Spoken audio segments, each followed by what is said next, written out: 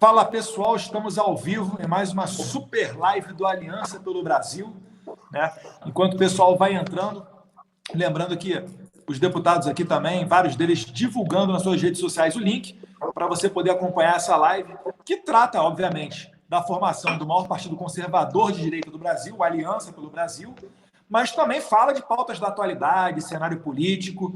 Então, vou pedir aqui, por gentileza, começando pelas mulheres, né? Porque esse partido aqui é um partido de cavalheiros e nós gostamos quando as feministas passam raiva. Então, a gente gentilmente começa pela Bia Kicis. Tudo bom, Bia? Tudo bem, boa noite, Edu, boa noite, Vitor Hugo, boa noite, Zuco, e todas as pessoas que estão aqui nos ouvindo. Nós estamos fazendo aqui essa live, gente, porque a gente quer realmente motivar todas as pessoas que apoiam a Aliança pelo Brasil para saírem em campo, aqueles que já saíram, para trazerem mais pessoas, para que a gente consiga logo, logo formar esse partido, um partido verdadeiramente conservador, e a missão que o nosso presidente Bolsonaro deu para a gente. E aqui é o seguinte, só tem milico, então, e eu sou filha, neta, sobrinha, seguinte, missão dada é missão cumprida. Estamos em campo para a gente construir essa grande aliança pelo Brasil. Show de bola, pessoal! E esse espaço aqui também é um espaço para que vocês possam conhecer um pouquinho mais do Eduardo, um pouquinho mais do Vitor Hugo, né, que é deputado por Goiás, da Bia Kicis pelo Distrito Federal e do Zuco, que é estadual pelo Rio Grande do Sul. Então, dá uma boa noite aqui para as palavras iniciais do deputado Major Vitor Hugo, nosso líder do governo na Câmara dos Deputados. Boa noite, Major. Boa noite, Eduardo. Boa noite, Bia, minha amiga aqui, companheira das batalhas do dia a dia aqui no plenário. Queria também cumprimentar o meu veterano da AMAN, gostava de dar trote nos outros aí, o Zuco. Uma felicidade revê-lo aqui novamente nessa live. E, de modo muito especial, você que está nos assistindo aí, para retomar agora os trabalhos da Aliança pelo Brasil. Nós estamos aí nesse momento agora que o governo combate para poder preservar vidas e também preservar os empregos no país, e nada mais coerente que a gente lute para criar esse partido, que vai ser o partido da base do governo, a célula máter da base do governo, que vai ajudar o nosso presidente Bolsonaro a aprovar essas pautas, inclusive, que vão preservar a vida e salvar empregos no Brasil. Então, uma boa noite, prazer muito grande estar com vocês aqui, um abraço de Goiás e para Goiás para todos vocês. Show de bola, Major! E agora, para as palavras iniciais, ele que vem dessa terra maravilhosa, né, dessa terra aguerrida. E eu não estou falando isso só porque minha esposa é gaúcha, não, tá? Porque ela está aqui, eu sei que ela tá me escutando aqui de rabo de ouvido aqui, que ela está no outro cômodo da casa. Uma boa noite, Coronel Zuco, Rio Grande do Sul. Tudo bom com o senhor? Obrigado, Eduardo. Boa noite ao meu amigo Vitor Hugo. Ele fala que eu dei o trote, mas ele que é o Forças Especiais, é um baita colega, um baita parceiro, um cara que tem uma história dentro do Exército muito, muito bonita. Boa noite, Bia, uma querida, uma guerreira que realmente nos representa. O Eduardo, que tanto nos dá exemplo no dia a dia aí. A gente sabe que a criação do nossa aliança pode demorar um pouco mais, mas nós não temos pressa. Mais importante é consolidar uma agremiação com princípios sólidos, sintonizados com os anseios de cada um de vocês. Eu quero agradecer a essa oportunidade, dizer que nós estamos fechados com o presidente e ansiosos aí realmente a começar essa caminhada no Aliança pelo Brasil. Muito obrigado. Show de bola. Retornando para a Bia Kicis, Bia, esse final de semana nós tivemos pela 5ª vez consecutiva uma manifestação em Brasília, né? Uma carreata seguida de manifestação em apoio ao governo Bolsonaro. Eu queria que você comentasse um pouquinho como é que foi esse ato e a importância da sua manifestação nesse momento. Bom, pessoal, o que eu percebo aqui em Brasília, né, já foi o 5º final de semana seguido, e o final de semana que vem já promete também, tá? Que as pessoas têm vindo para Brasília, pessoas de todos os cantos do Brasil. Nós temos feito carreatas, acaba que o pessoal vai ali para frente do Palácio do Planalto, Foi a segunda vez que o presidente esteve lá também, tá?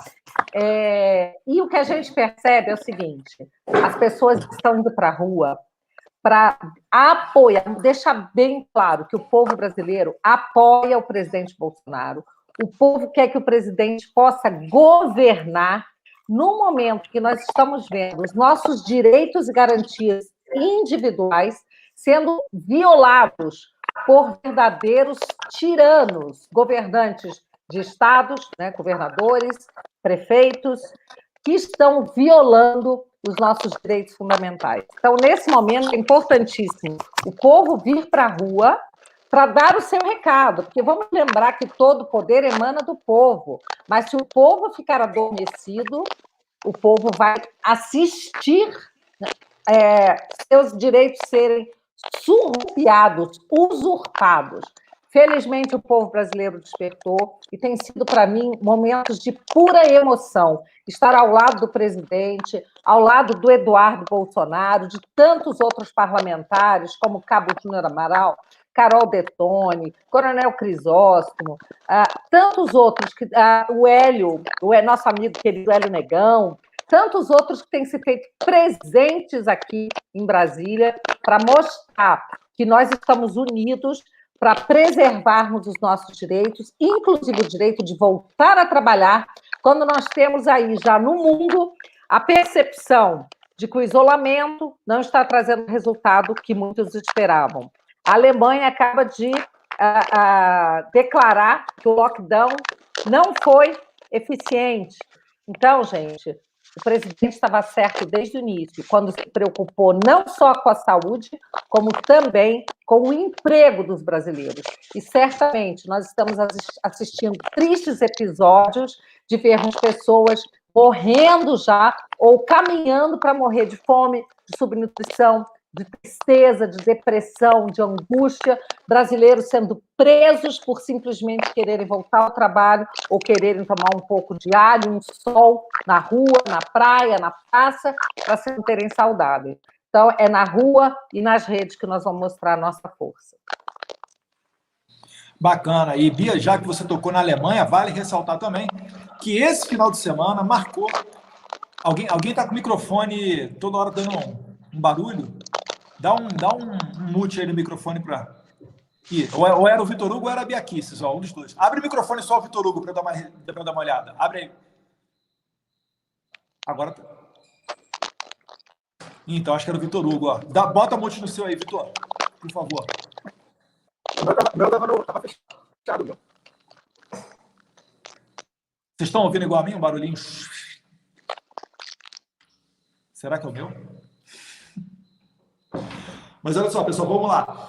A Bia falou da Alemanha como um exemplo de um país que disse que o lockdown não foi efetivo. Vale ressaltar também que o governador de Nova York, Andrew Cuomo, tá? Não é o prefeito não, o prefeito de Blasio, o governador Andrew Cuomo falou que 84% dos hospitalizados em Nova York, que é o estado que mais está sofrendo com a pandemia nos Estados Unidos, 84% antes de estarem hospitalizados estavam em casa, respeitando o confinamento. Então, o que a gente está levantando aqui, já que esse pessoal fala tanto em ciência, qual é a base científica para o confinamento? Né? O próprio ex-ministro Mandetta, que repetia, todo dia que estava na imprensa, dando coletivas, e repetindo a palavra ciência, ciência, ciência, eu não vejo ele criticando quando governadores falam que vão fazer lockdown no estado inteiro, ou quando governadores como o Rui Costa da Bahia falam que vão colocar toque de recolher às 8 da noite, e se o pessoal não se recolher, amanhã o toque de recolher será às 5, depois às 3 da tarde, às 2 da tarde, e assim por diante.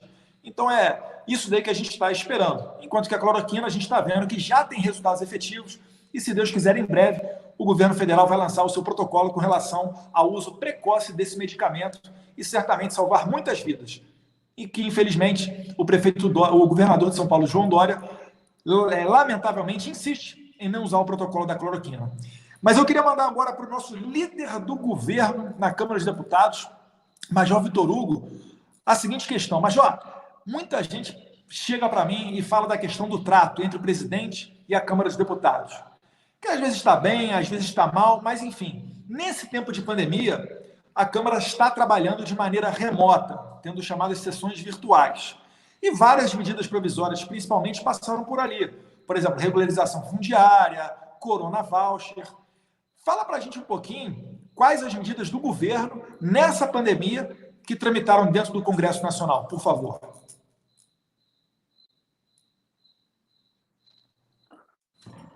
Isso é verdade. O parlamento ele não parou e o governo federal também não parou aqui de articular dentro da Câmara dos Deputados para aprovar as suas pautas aqui. Já foram editadas dezenas de medidas provisórias, já foram feitas mais de 500 ações interministeriais e ministeriais, o Ministério também singularmente, ações normativas, executivas, legislativas, que, de novo, né, perseguindo esse objetivo que a gente tem sempre falado, de salvar vidas, que é o objetivo principal, primordial, mas também é importante, da mesma maneira, a preservação dos empregos. Então, a gente pode falar, por exemplo, da aprovação da decretação de calamidade pública, né, que foi aprovada aqui, que abre um espaço fiscal maior para que o governo gaste, e o governo está fazendo isso, inclusive, também com a aprovação do orçamento de guerra, né, com a aprovação da ajuda aos estados e municípios. Então, só ajuda estados e municípios, 233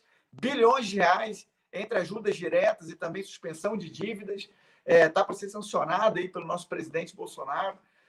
O governo já anunciou mais de 1 trilhão e 700 bilhões de reais em ações para salvar vidas e preservar empregos no Brasil, ações para preservar, por exemplo, o de recursos para os informais. Estamos falando daquele auxílio emergencial de R$600, ajuda também para os empregados formais, a medida provisória 936, aquela que permite a suspensão dos contratos de trabalho e também a redução da jornada de trabalho, uma medida provisória importantíssima.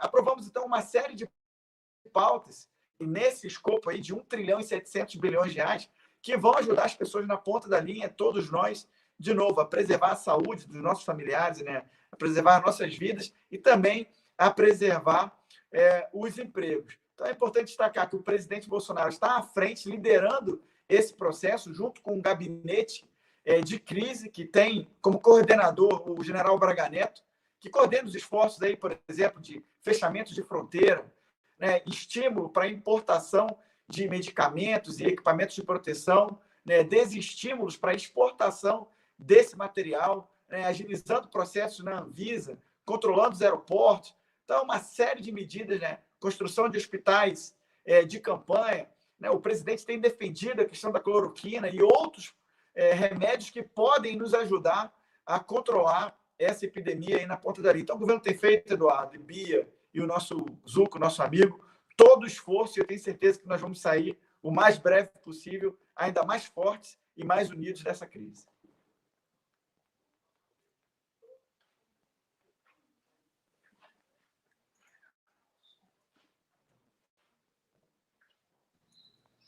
Show de bola. Então tá aí o Major Vitor Hugo, e eu tenho que dar meu testemunho aqui, porque em 2019 e em outras oportunidades também, tentaram balançar ele da liderança do governo, e ele se mantém firme e forte lá, prestando um bom serviço, seguindo as orientações do presidente Jair Bolsonaro.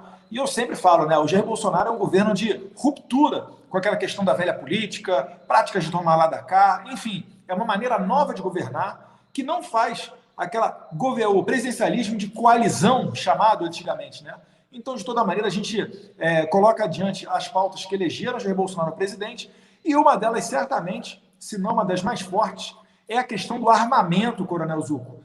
O senhor que é coronel, como é que e o Rio Grande do Sul, salvo engano, foi o primeiro estado, o que mais votou não naquele referendo de 2005. Como é que anda a questão das armas aí no Rio Grande do Sul? Até porque na live que eu fiz com o Benê Barbosa, a gente levantou a questão dos Estados Unidos, que com essa pandemia ocorreu uma grande corrida para as lojas de armas e munições, né? Então eu queria saber um pouquinho da sua perspectiva com relação às armas aí no Rio Grande do Sul, por favor. Tá faltando tirar do mute aí, Coronel, senão o pessoal... Eu acho que botaram, eu acho que alguém botou aqui. Deu? Já está me ouvindo? Tá me ouvindo? Não, antes de mais nada, eu queria só salientar, não sei se tá travando aqui para mim, salientar o que tu comentaste aí em relação aos demais assuntos, e aqui nós saímos agora de uma live também com o presidente do CREMERS, Conselho Regional de Medicina, e eu queria falar, antes de entrar nessa pauta, que eu acho extremamente importante, porque é uma pauta pedida não só pelo presidente, mas por inúmeros adeptos, inúmeras pessoas que se elegeram. Coronel, Pauta, isso a pauta também, Eduardo. Estava meio ruim de te ouvir. Vamos ver agora, acho que melhorou. Manda ver, desculpa. Melhorou? Acho que sim. Tá me escutando? Agora foi, Sim. agora foi. Tá, não, beleza. Só passar rapidamente aqui que eu acabei de falar com o presidente do Conselho Regional de Medicina, mas só trazer um dado extremamente alarmante que ele fez questão e pediu para que eu faça, é que 90% dos exames não estão sendo feitos, exames de diagnóstico de câncer. Então, a gente também é importante salientar que no Brasil, mais de 50 mil pessoas que deveriam ter feito esse diagnóstico. Então, nesse sentido que a gente está falando tanto do Covid, da pandemia, a gente está esquecendo a questão da depressão, a questão do suicídio, as doenças coronárias, ou seja, eu queria só trazer isso à pauta, porque eu achei importante nesse último momento de reunião. Sobre armamento, a notícia triste que eu tenho é que aqui no Rio Grande do Sul, a Taurus, que é uma empresa brasileira, agora ela também, em função da pandemia, está trazendo números muito negativos no tocante à questão do desemprego. A gente tem ver o esforço que o governo federal, que o nosso presidente está fazendo para realmente dar ao cidadão de bem o direito à autodefesa, e a gente quer muito esse direito, já que o vagabundo tem esse direito e a gente não tem condições. Inclusive, foi pauta também recente aqui, para quem está nos assistindo, a Defensoria Pública soltando aí homicidas com homicídio qualificado, estupradores, chefe de facção, saindo do sistema prisional, inclusive, com o pretexto de que o Covid seria o problema. E nós temos aqui no Sul também um elogio que eu faço para o nosso CREMERS, que ele justamente falou o contrário. A visão dos médicos do CREMERS é que eles devam permanecer. E aí tu imagina, um estuprador sendo solto, um faccionado, e alguém acha que ele vai ficar em isolamento social, acha que ele vai respeitar esse isolamento que tão se preconiza. Então, nesse tocante, a gente espera que passe o mais rápido possível, que a gente possa voltar ao comércio, ao trabalho, que a gente consiga realmente diminuir essa questão do desemprego, já que aqui no Sul, tu que conhece bem a área do turismo ali da Serra Gaúcha, são centenas de empregos que estão sendo acabados por dia. Nós tivemos aqui na região de Novo Hamburgo, ali onde tu conhece, também o setor calçadista, com um grande número de desempregos também. Então, a gente espera, Eduardo, que não só a área armamentista, mas que o demais, que grande parte do comércio possa voltar o mais rápido possível, porque o Rio Grande do Sul também passa por uma situação muito triste, que é a seca, a estiagem muito forte aqui no estado, está pegando muito. Então, a gente está sofrendo em dobro, não só pelo atraso de a gente poder voltar a trabalhar, por essa imprensa maldosa que aqui também nos reflete, falando só em óbitos, em mortes e situações negativas, e ninguém fala sobre realmente o desemprego, os problemas que trazem também para a saúde, inclusive. E nesse sentido é o que eu gostaria de passar em relação a não só o armamento, mas o comércio como um todo, que a gente deve sim voltar e ter mais oportunidade para botar o pessoal, principalmente os autônomos que estão sentindo muito, gerar o seu recurso para poder sustentar a sua família. Não, com certeza. Deputado estadual Coronel Zuco, é uma região que eu gosto muito ali, Vale dos Vinhedos, Gramado, Bento Gonçalves, quem já teve a oportunidade de ir, que gosta de um frio, que gosta de vinho, boa comida, ali é um lugar sensacional para se fazer turismo, né? E conhecendo um pouquinho daquela região, é exatamente a realidade que o senhor falou. Muitas das vezes, a gente está falando de grandes produtores de vinho como Miolo, Aurora e etc. Mas ali, gente, a maioria da mão de obra é aquela agricultura familiar, sabe? Sem ser pejorativo aqui, é o colono, aquele italianão, entendeu? Que recebe você com todo o carinho, todo o sorriso e que está sofrendo. E para piorar um pouco mais essas condições, ainda a estiagem que o Coronel Zucco falou. Então, realmente tem que ser dada uma atenção especial ao Rio Grande do Sul, que já não vinha bem das pernas, né? Que fica de lição aos gaúchos que gostam de votar em sucessivos esquerdistas, como Olívio Dutra, Tássio Genro, essa galera daí. E depois, no final, acaba caindo até no parcelamento do salário do servidor público, que é algo indesejável e lamentável, mas, né, principalmente ao gaúcho da capital, né, que tem um domínio ali, as universidades, a UFIX, meu Deus do céu, é um horror de domínio esquerdista, né? Aquela geração neném, nem trabalha, nem estuda e acha que pode consertar o mundo. Então, olhar para essas questões para ver se a gente muda um pouquinho, né? E essas questões, deputada Bia Kicis, elas estão sensivelmente ligadas, já que eu falei na Universidade Federal do Rio Grande do Sul, elas estão ligadas à questão da guerra cultural, que eu sei que a senhora está muito por dentro. A senhora consegue enxergar a esquerda usando esse momento de pandemia para colocar adiante as suas pautas, como, por exemplo, o desencarceramento, deputada Bia? Eduardo, eu não tenho a menor dúvida disso. Aliás, em uma oportunidade que eu tive de participar de um debate na CNN, e de vez em quando eu vou a uma dessas emissoras que a gente sabe que é um campo do inimigo, porque eu acredito que na guerra cultural nós temos que ocupar todos os espaços.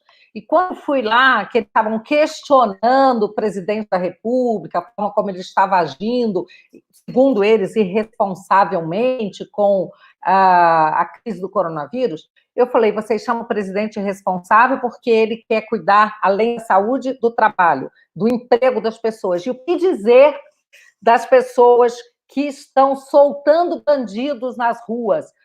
Aí falei da resolução do CNJ, falei de uma resolução que foi assinada em Minas pelo TJ, junto com o governador de Minas, que determinava a soltura de todos os presos que estavam em regime semiaberto ou aberto, e aí e que colocaria só em Minas 14 mil pessoas, bandidos, criminosos, condenados na rua.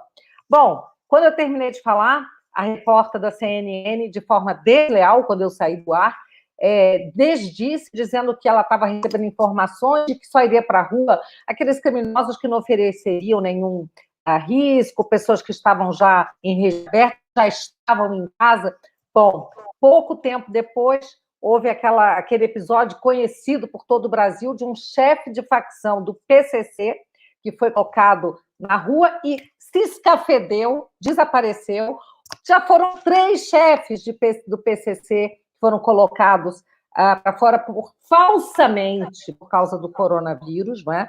Nós sabemos que, se em épocas de coronavírus eles pegam o isolamento, por que não deixar quem está já isolado permanecer isolado? Então, o que eu denunciei naquele dia foi que nós, cidadãos de bem, estávamos presos em casa enquanto que os bandidos estavam sendo colocados na rua. Isso, é claro, é uma faceta dessa guerra cultural, eu não tenho a menor dúvida disso. E tem muito mais do que isso, Eduardo. Eu tenho acompanhado no Congresso, nas sessões, uma grande euforia por parte da esquerda, que está conseguindo colocar a sua pauta de um Estado grande, um Estado inchado. Eles já tecem louros aí ao SUS, dizendo que quando terminar tudo isso, nós veremos que o capitalismo é falido, que é o Estado que tem que socorrer as pessoas. Então, nós temos que tomar muito cuidado, porque nessa guerra cultural, eles estão usando todas as brechas para fazer com que o Estado fique cada vez maior e as pessoas dentro de casa aterrorizadas, os negócios sendo falidos. Quando terminar tudo isso, nós estaremos numa terra deserta de negócios. É por isso que o povo tem que reagir, e é logo, não dá para esperar. Parabéns ao povo que tem ido às ruas, parabéns ao povo que está também firme nas redes sociais, demonstrando seu apoio ao presidente Bolsonaro, a sua política, seu modo de fazer política, que é respeitando cada indivíduo, cada brasileiro, e não passando por cima, tratorando. Eu quero dizer para vocês uma coisa: se for para deixar as pessoas sem os seus direitos fundamentais, que o façam, que isso seja feito de acordo com as regras constitucionais. Somente num caso de decretação de estado de defesa pelo presidente da República ou de estado de sítio por iniciativa do presidente e ratificado pelo Congresso Nacional é que os nossos direitos e garantias fundamentais podem ser mitigados por questões por questões muito graves e de forma provisória, não como está sendo feito por decreto ou por decisão judicial ou por iniciativa do Ministério Público. Nós estamos vendo, eu acho que a gente está tendo um ensaio do comunismo, e é isso que deve aterrorizar as pessoas, e não o medo do vírus. O vírus a gente enfrenta isolando, se assim conseguirmos, as pessoas que estão, de alguma forma, vulneráveis, seja por comorbidade, seja por pessoas idosas, deixando os nossos pais, pessoas mais idosas, mais isolados, os vulneráveis protegidos, mas não fazendo como está sendo feito, trancando pessoas fortes, saudáveis e que poderiam estar lutando por esse país, tocando seus negócios, lutando pela economia para levantar essa nação. Essas pessoas não podem ficar trancafiadas com medo.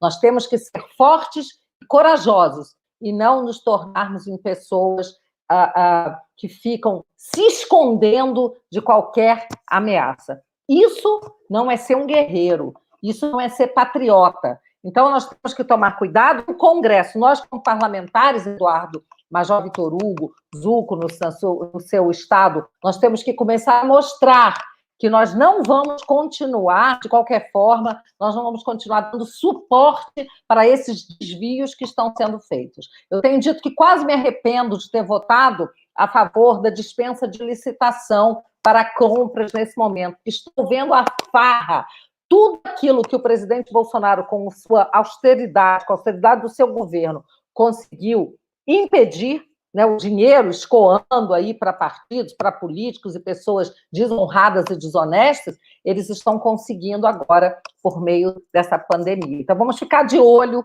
e vamos nos unir para cuidarmos do nosso país, da nossa família, da nossa liberdade. Perfeito, Bia. E a sua fala final, né, lembrou até um fato desse final de semana, que foram presos algumas pessoas ligadas à Secretaria de Saúde do governo Wilson Witzel, e uma delas, só me dando uma ligação entre o Mário Peixoto lá, que acabou sendo preso, dizia que, enquanto houver dinheiro, eles continuariam nessa de pandemia, se vitimizando, pedindo dinheiro, falando que está faltando tudo, etc., para continuar roubando. Então, meus caros, não ache você que o político sem escrúpulos, da noite para o dia, por causa da pandemia, ele virou honesto e está pensando no bem da população, não. É óbvio, num momento como a gente está vivendo agora, a gente não pode exigir toda a tramitação burocrática da lei de licitações para comprar material de combate ao coronavírus. Mas não se engane, a fiscalização ela ocorrerá sim, como ela já vem ocorrendo, e tem aí um campo fértil, porque as suspeitas são muito fortes, não é só no Rio de Janeiro, tem no Pará, tem outros, praticamente o Brasil inteiro, existe alguma suspeita ou alguém dizendo que tem uma pulga atrás da orelha nesses gastos emergenciais, ou seja, gastos sem licitação, sob a desculpa de combater o coronavírus. A gente está de olho nisso, mas, João Vitor Hugo, nesse ambiente de pandemia, eu particularmente, quando eu penso no Goiás, eu penso num estado pujante, com um agronegócio forte, né? Estivemos na recepção do novo KC-390, o avião cargueiro intermediário produzido pelas Forças Armadas em conjunto com a Embraer. Os caças Gripen também ficarão em Anápolis, cidade do seu estado aí de Goiás. E eu queria que você desse um pouquinho para a gente esse panorama dos empregos, né? Como é que está essa situação em Goiás? Emprego, economia. está tendo muitos comércios fechados, os prefeitos estão em rota de colisão com o governador, o comércio está aberto, está fechado. Como é que está isso aí no seu estado? Eduardo, nós estamos muito preocupados lá em Goiás. O nosso governador, o Ronaldo Caiado, ele fez algumas críticas muito duras e rompeu, na verdade, com o nosso presidente. Isso foi muito ruim naquele primeiro momento. O presidente tinha feito um pronunciamento correto em defesa da vida, mas também sem esquecer a preocupação econômica. O próprio Paulo Guedes tem dito isso, que são duas ondas, uma onda sanitária, que é essa que nós estamos enfrentando agora de maneira mais evidente, mas também uma onda econômica que vai vir, e a depender da dose do remédio que se aplica. Nessa primeira onda sanitária, a segunda pode ser algo sem controle, e por isso eu enxergo o presidente da República sempre trazendo à luz essa preocupação econômica. Em Goiás, infelizmente, o governador vem ameaçando ou vem dizendo que fará um novo decreto para restringir mais ainda as ações, as atividades econômicas no nosso estado. É realmente uma pena. Você se referiu a Anápolis, inclusive eu estarei lá em Anápolis amanhã, pela manhã, e Anápolis é uma cidade extremamente pujante. Você falou do Gripen e do KC-390, que o KC já está lá, e o Gripen vai chegar na base aérea de Anápolis, mas só Anápolis nós temos 3 BRs que saem de lá, a 414, 060, 153, temos um aeroporto de cargas imenso, a Ferrovia Norte-Sul, o Distrito Agroindustrial, temos toda uma indústria farmacêutica, isso só falando de Anápolis, mas se a gente for falar de Goiânia, Rio Verde, vamos falar de Jataí com agronegócio, Cristalina. Então, assim, a gente vê também o governador aqui do Distrito Federal fazendo uma atitude extremamente mesquinha, dizendo que não vai permitir que os moradores do entorno de Brasília, do entorno goiano de Brasília, venham aqui para o Distrito Federal para atender em caso de emergência. Ver a que ponto chega, então, o caráter mesquinho de uma ação como essa. E nós esperávamos até uma resposta mais contundente, uma cobrança mais contundente do governador de Goiás. Eu vejo que uma grande parte dos prefeitos das 246 cidades de Goiás, do nosso estado, eu vejo já eles querendo partir para uma atitude mais coerente. Se o nosso município e os 50 municípios no entorno não tiveram nenhum caso de Covid, ou não tiveram nenhum óbito ainda, muitas pessoas já se recuperando, inclusive, para que uma atitude tão severa com o fechamento de todo o comércio, impondo que as pessoas, inclusive, comecem ainda daqui a pouco a passar fome? As pessoas estão desesperadas, querendo trabalhar. Nós tivemos também uma manifestação, ou várias manifestações em Goiânia e em outras cidades goianas, pedindo para o retorno da atividade econômica. Então, eu acho que a gente tem que partir para esse caminho. Eu espero que o governador Caiado não edite um novo decreto fechando mais e que os prefeitos tenham sensibilidade, essa mesma sensibilidade que o nosso presidente tem defendido, para fazer o equilíbrio entre a preservação das vidas e a necessidade da atividade econômica, abrindo cada vez mais, de maneira que a gente consiga superar essa crise, mas preservando os empregos, as empresas e a comida na mesa e na geladeira de todos os goianos e de todos os brasileiros. Perfeito, Major. A gente também espera que os governantes, prefeitos, governador Ronaldo Caiado, que eles realmente se sensibilizem com essa situação. O que eu vejo às vezes, e aí eu não estou me referindo particularmente ao governador Ronaldo Caiado, mas o que eu vejo às vezes é assim, a questão da pandemia ela foi politizada. Então, a resistência, por exemplo, para recomendar a cloroquina é basicamente que o presidente Jair Bolsonaro falou que é a favor de que se receite esse medicamento na fase inicial da doença. E aí agora o presidente Jair Bolsonaro falando que tem que abrir o comércio, muitos governantes acabam retraindo essa abertura, parecendo querer mostrar que podem fazer queda de braço com o presidente. Só que eles se esquecem que quem sofre os efeitos disso tudo é a população, que não tem nada a ver com guerra política. Ora bolas. E eu acho interessante porque, assim, quem quer ser candidato a presidente vai ser candidato, sabe? Tem oportunidade, tem eleição vindo em 2022. Não tem por que querer antecipar essa corrida e torcer para o quanto pior, melhor. Então é lamentável, prova uma imaturidade política por parte dos nossos governantes e, por outro lado, só aumenta a revolta da população que cada vez mais apoia o presidente Jair Bolsonaro. Né? A prova disso são as manifestações desse final de semana, que foram maiores do que da semana anterior. E já tem gente marcando mais manifestação para o final de semana que está por vir. Vamos acompanhar. Prezado deputado estadual Coronel Zucco, Rio Grande do Sul, o estado mais próximo do Polo Sul, obviamente, né, o estado que mais tem frio do Brasil, um clima mais frio do Brasil, e segundo os pesquisadores, esse ambiente frio, ele favorece para a proliferação do Covid. Né? Vale lembrar também que o Rio Grande do Sul faz fronteira com o Uruguai e com a Argentina. Qual que é o panorama da doença aí no Rio Grande do Sul? E fazendo basicamente a mesma pergunta que eu fiz para o Major Vitor Hugo. Como é que as prefeituras e o governo estadual estão lidando com a abertura do comércio e se eles estão adotando medidas como lockdown e prisões de senhoras na rua? Como é que está isso aí no Rio Grande do Sul? Obrigado, Eduardo, pela pergunta, porque realmente é muito importante. A gente está vendo de uma forma até preocupante dos números. Então, há anos que a gente verifica que a partir ali do mês de abril, maio, o número de óbitos por pneumonia, por doenças respiratórias, sempre aumentando. Agora, pasmem, essa curva está diminuindo e a do Covid aumenta. Então, com certeza, até em função de algumas declarações de óbitos estarem linkadas a causa desconhecida ou suspeita, podem estar sendo incluídas aí algumas causas de óbito ao Covid, mesmo não sendo. Eu acompanhei a resposta do Vitor e aqui não é diferente. Nós temos 497 municípios, se eu não me engano, 272 não tem um caso. Não tem caso de Covid. Se eu não me engano, acho que são 225 que já possuem ao menos um caso, e a gente vê municípios com menos de 10 mil habitantes ganhando 500 mil reais do governo federal, o governo que está realmente apertando todo o cofre para ajudar os estados e municípios, e a gente vê, como tu comentaste aí, essa hipocrisia e essa maldade. Eu que tive um grande apoio do presidente Bolsonaro, que veio ao Sul, fez campanha, e eu vi aqui candidatos que usavam o nome do presidente e que hoje os criticam. Nosso vizinho aqui, Santa Catarina, é um exemplo muito claro.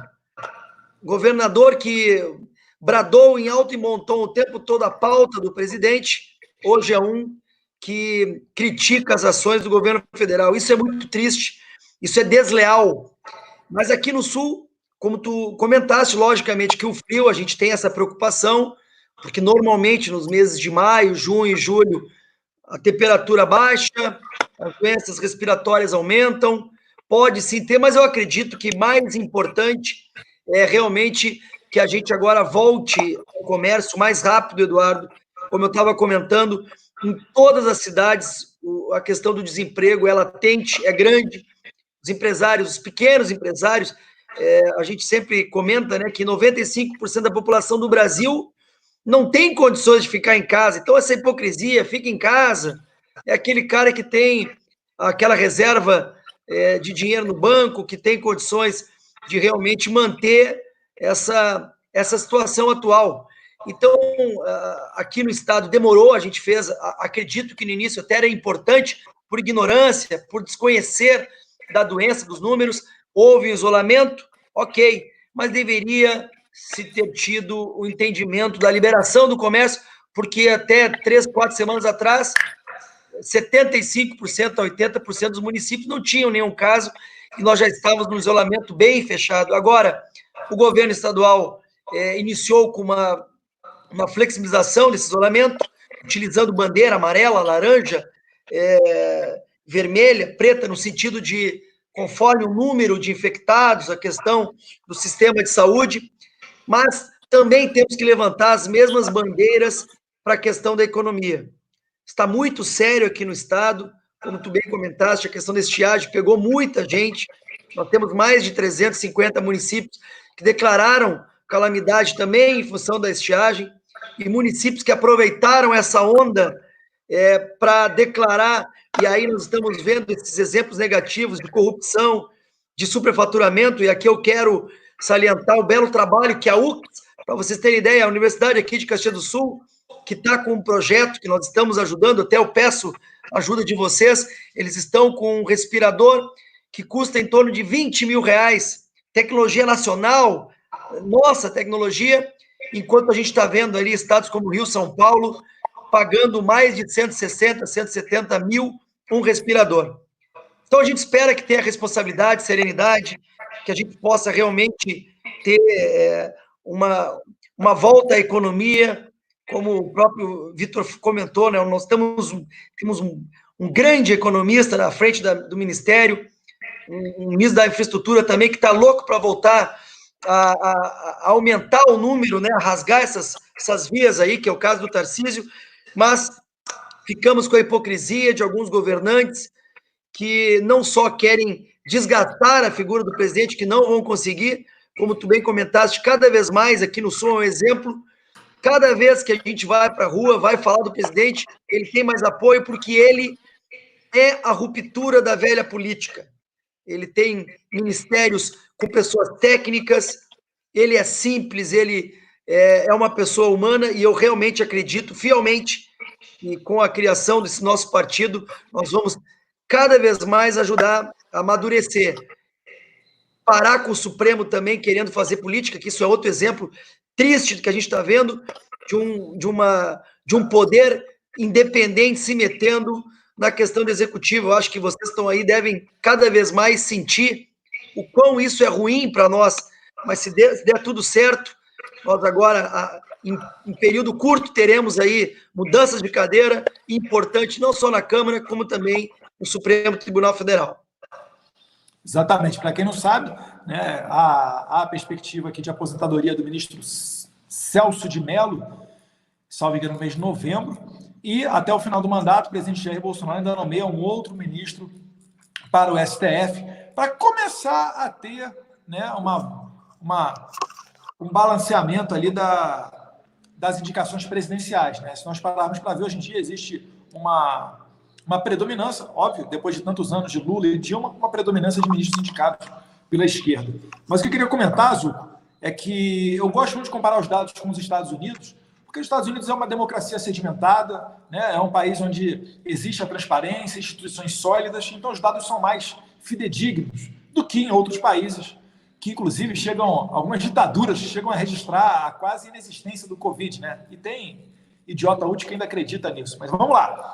Os Estados Unidos, eles sempre, se você olhar o número de mortes por pneumonia, ele sempre tem um pico no inverno norte-americano. Então, vem as mortes por pneumonia, chega no inverno, no auge do inverno, as mortes aumentam. E esse ano, curiosamente, chega ali perto, né, do inverno americano e não tem mais aquele pico. As mortes por pneumonia, elas decrescem. Ou seja, é um sinal de que pessoas estão morrendo muito provável, né, que pessoas estão morrendo por pneumonia, na verdade, estão sendo computadas como morte por Covid. Então, é um fato que a gente tem que prestar atenção, porque, na verdade, muitas das vezes o que ocorre não é uma subnotificação, mas sim uma supernotificação dos casos. E, certamente, aparelhos respiradores são muito bem-vindos, né? Melhor ainda se a gente conseguir evitar que o doente chegue ao estágio de necessitar de um respirador com o uso precoce da cloroquina, mas fica aí a dica para os interessados. A USP, lá em São Paulo, tem um projeto também junto com a Marinha, que conseguiu produzir bem barato também esses respiradores, que, por vezes, né, custam um olho da cara no mercado internacional. Mas a pergunta que fica é: será que os governadores vão querer comprar um respirador tão barato assim? Enfim, vamos passar aqui a pauta para Bia Kicis e, finalizando, já deixando vocês à vontade para as considerações finais, e vamos falar um pouquinho de aliança. Bia, como é que está o Distrito Federal com relação à formação da Aliança pelo Brasil, esse partido que a gente quer criar verdadeiramente conservador e de direita? Boa pergunta, Edu. Eu quero dizer aqui que o Distrito Federal foi a primeira unidade da federação a alcançar aquele mínimo que é exigido pela lei para a formação de um partido. Mas nós não queremos ficar no mínimo, nós queremos ir para muito além, o céu é o limite, até porque esse mínimo, ainda que cumprido nas 9 unidades da federação necessárias, fica muito aquém do número que a gente precisa atingir para formar um partido. E tendo em vista que tem muita perda, né, também, fichas que, no final das contas, não serão autorizadas por algum problema, ou incompatibilidade com a assinatura, ou porque a pessoa está afiliada a algum partido, a gente precisa pelo menos o dobro do que é necessário por lei, né? Então, nós queremos alcançar aí, ao todo aí 1 milhão de assinaturas pelo Brasil para a gente conseguir criar o partido. E eu quero dizer que no DF nós estamos trabalhando de forma muito organizada. Eu quero pedir às pessoas que voltem a preencher as fichas e que vocês podem entregar diretamente para a equipe que está trabalhando com isso aqui no Aliança. Vocês podem entrar em contato pelas minhas redes sociais, que vocês vão ficar sabendo onde entregar as fichas. Tem também a caixa postal do Distrito Federal, não vale a pena mandar para uma caixa central em outro estado, não precisa, tá? A gente tem que fazer tudo aqui mesmo. Agora, é importante tomarem alguns cuidados na hora do preenchimento da ficha. E uma coisa que é importante e que faltou nas fichas anteriores, já deve estar corrigido agora, é você colocar a unidade da federação onde você é eleitor. Porque se der alguma incoerência, a ficha for parar em outro local, tem como a organização da aliança remeter a sua ficha para o estado onde você vota. Então, isso é muito importante, você colocar, tá, nessa ficha a unidade da federação em que você é eleitor, tá? Então, gente, nós estamos fazendo um trabalho, as fichas são coletadas, elas são encaminhadas em blocos, né, para a Justiça Eleitoral, a Justiça Eleitoral faz a verificação, não há necessidade de vocês reconhecerem firma. Aquelas pessoas que reconheceram, ótimo, mas a gente viu que houve uma resistência em alguns locais, porque o que acontece é o seguinte, o que a resolução da Justiça Eleitoral prevê é que o servidor da Justiça Eleitoral ele tem que conferir a sua assinatura, para ver se ela bate com a assinatura do seu título de eleitor, não é? E mais, verificar se você não está afiliado a algum partido. A ideia foi já reconhecer firma nos cartórios para evitar o trabalho do servidor da Justiça Eleitoral. Mas, infelizmente, houve uma certa má vontade de alguns locais que disseram, não, a resolução diz que é a gente que confere, e desprezaram as conferências que foram feitas em cartório. Então, gente, não tem problema. Se você não for conferir, se você não for registrar, reconhecer em cartório, tenha só o cuidado de juntar o seu título de eleitor, junta uma cópia do seu título, uma cópia dele com a sua ficha, e assine igual ao seu título de eleitor. Isso vai ser muito importante, porque será o servidor da Justiça Eleitoral que vai conferir se aquela assinatura é mesmo sua. Então, ela tem que estar de acordo com a assinatura no seu título de eleitor, ok? Junta uma cópiazinha dele ali e vai ficar tudo tranquilo, tá? Vamos partir, então, para novos mutirões, vamos escolher assinaturas, porque aqui no Distrito Federal nós queremos continuar fazendo bonito. Então, nós temos condições de termos muitas, milhares de assinaturas aqui do Distrito Federal que sejam validadas pela Justiça. Então, era esse o recado que eu queria passar para vocês.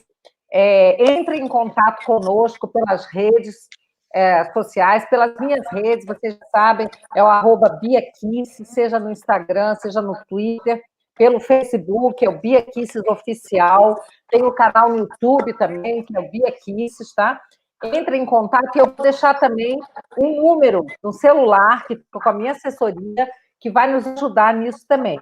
É o 61, anotem aí, 61 999 56 1515. Repetindo, 61 999 56 1515. E nós vamos ter o maior prazer em ajudar a que você seja um aliado e para que nas próximas eleições, nas eleições nacionais, para presidente, o nosso presidente Bolsonaro já possa sair, concorrer pela aliança, e também governadores, deputados federais, né? Todos possam estar aqui no Aliança pelo Brasil. É isso aí. Rumo à vitória, gente. Sempre a vitória, tá certo? É isso aí. Show de bola, Bia. Parabéns aí para todo mundo do Distrito Federal. É importante ressaltar que o Distrito Federal ele conseguiu já cumprir o número de assinaturas necessárias para ser validado como um estado já, dentre os 9 mínimos para a inauguração, vamos assim dizer, criação oficial do Aliança, mas também é preciso de um mínimo global. Então é importante que você, aqui de Brasília, das cidades satélites, continue nessa energia para conseguir cada vez mais fichas. E a Bia hoje esteve junto comigo fazendo gravações para a Aliança pelo Brasil, que faz parte de um conjunto de medidas para a gente retomar essa onda pelo Aliança, porque a pandemia deu uma esfriada.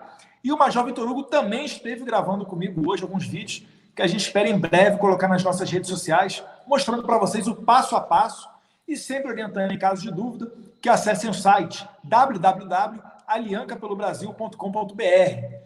Vitor Hugo, qual que é a importância de se ter um partido verdadeiramente conservador?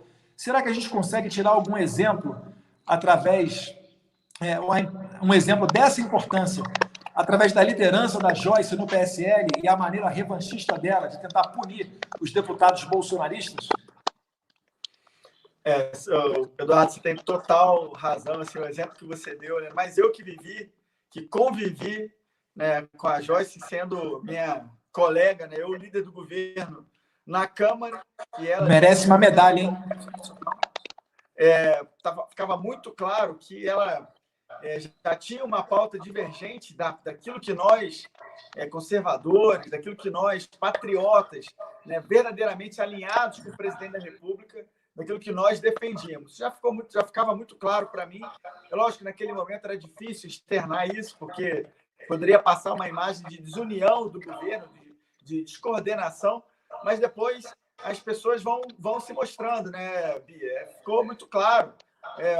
O Valdir, o delegado Valdir, que é do meu estado de Goiás, também, né, falou que implodiu o presidente da República, né, chamou o presidente de vagabundo, depois confirmou isso publicamente, e por isso que em Goiás ficou muito claro, as pessoas ficaram muito decepcionadas, né, com o delegado Valdir, e tenho certeza que os paulistas ficaram muito decepcionados também com a Joyce. E é por isso que é importante que nós tenhamos um partido de verdade, alinhado com aquilo que o Jair Bolsonaro defendeu a vida inteira, e que nós, todos aqui, os deputados agora, são 25, tendendo a chegar a 30 deputados dos 53 deputados do PSL, né, que estão mais próximos do presidente, aquilo que nós defendemos, né, os valores da família, né, os valores ligados ao armamento da população, da liberdade, né, da possibilidade de autodefesa, né, os valores cristãos, né, não ter vergonha de dizer que é cristão, que isso não é abandonar o Estado laico, é simplesmente fazer com que as pessoas, esses valores que foram construídos ao longo da história da humanidade, sejam efetivamente defendidos, né, de maneira corajosa e sem a vergonha, sem... a gente vê agora o PSL, né, da ala Bivar, da ala Joyce, querendo se diferenciar, dizendo que é uma direita não radical, querendo colar o rótulo. Meu Deus! Nós somos radicais, mas, na verdade, nós somos radicalmente contra a corrupção, somos radicalmente contra o mal feito e somos radicalmente a favor do Brasil.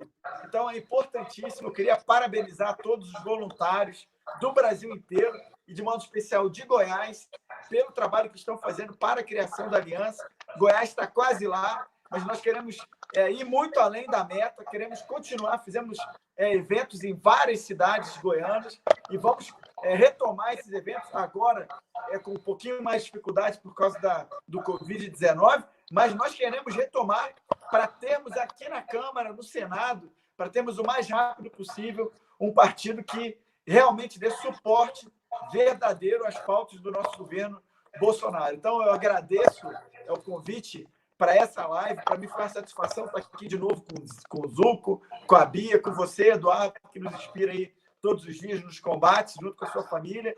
Né? Parabéns a todos e muito obrigado por essa oportunidade aqui. Uma boa noite a todos. Bacana, bacana, Vitor Hugo. Nosso Vitor Hugo, carinhosamente chamado de 01, né? Aí na Câmara dos Deputados. E essa frase aí, você falou aí, Vitor Hugo, mas ó, né, que até que eu anotei aqui, ó, ir muito além da meta. Me lembrou uma determinada pessoa que dizia que ia deixar a meta em aberto. Por isso que eu não falei de dobrar. Por isso que eu não falei de dobrar. Não. Foi bem. Eu falei, pô, daqui a pouco eu vou falar que vai querer dobrar a meta. Tá tranquilo. Deputado estadual pelo Rio Grande do Sul, Coronel Zulco, né, a autoridade de quem foi o mais votado do seu estado na sua eleição. Coronel, aí no Rio Grande do Sul teve muita gente que se elegeu dizendo que era Bolsonaro e agora faz uma pauta de oposição ao governo. Qual que é a importância para a criação da aliança para que não tenhamos caroneiros nas próximas eleições? Olha, Eduardo, aqui no nosso Rio Grande também não fugimos à regra. Aqui realmente temos fanfarrões, aqueles que usaram camiseta, ficavam bradando, falando pelos cotovelos, e hoje, olha, são vergonhas, mas que foram já, vou usar um linguajar que o Vitor Hugo sabe, foram plotados já. Já estão devidamente analisados e provavelmente não seguirão nessa caminhada por muito tempo, porque as máscaras caem, né, Eduardo? Mas, infelizmente, essas pessoas realmente usaram muito o nome do presidente, bradavam frases de efeito, citavam outras coisas e hoje são não só desleais, mas são criminosos que em breve teremos aí o retorno. Ao mesmo tempo, eu tenho a grata satisfação de dizer que nós temos companheiros de caminhada, que é o Sanderson, um baita deputado, um grande amigo, que desde o início estava do meu lado, o próprio Bibo Nunes, que também está à frente desse processo, está ajudando muito, e o Malourenço. Então, eu peço aí a todos que estão nos assistindo aqui do Rio Grande do Sul, que possam entrar em contato com esses parlamentares, com as suas assessorias. Também vou copiar a Bia, vou deixar um telefone, aqui é 051, tá? 98181-3271. Quem precisar, né? 98181-3271. Mas tem o Sanderson com a sua assessoria, Bibo Nunes e o Vilmar Lourenço, que continuam de forma coerente apoiando o governo federal, o presidente Bolsonaro, que tanto fez e tanto faz pelo Brasil. E eu espero que realmente, o mais rápido possível, possamos constituir a aliança nesta eleição, infelizmente, ou felizmente, até porque nosso medo era que viesse, né, uma onda semelhante à que teve no PSL, mas que bom que nós vamos ter tempo para poder fazer essa qualificação, e aquelas pessoas que, porventura, inclusive o Thiago Polis te mandou um abraço aí, Eduardo, ele é um parceirão, né?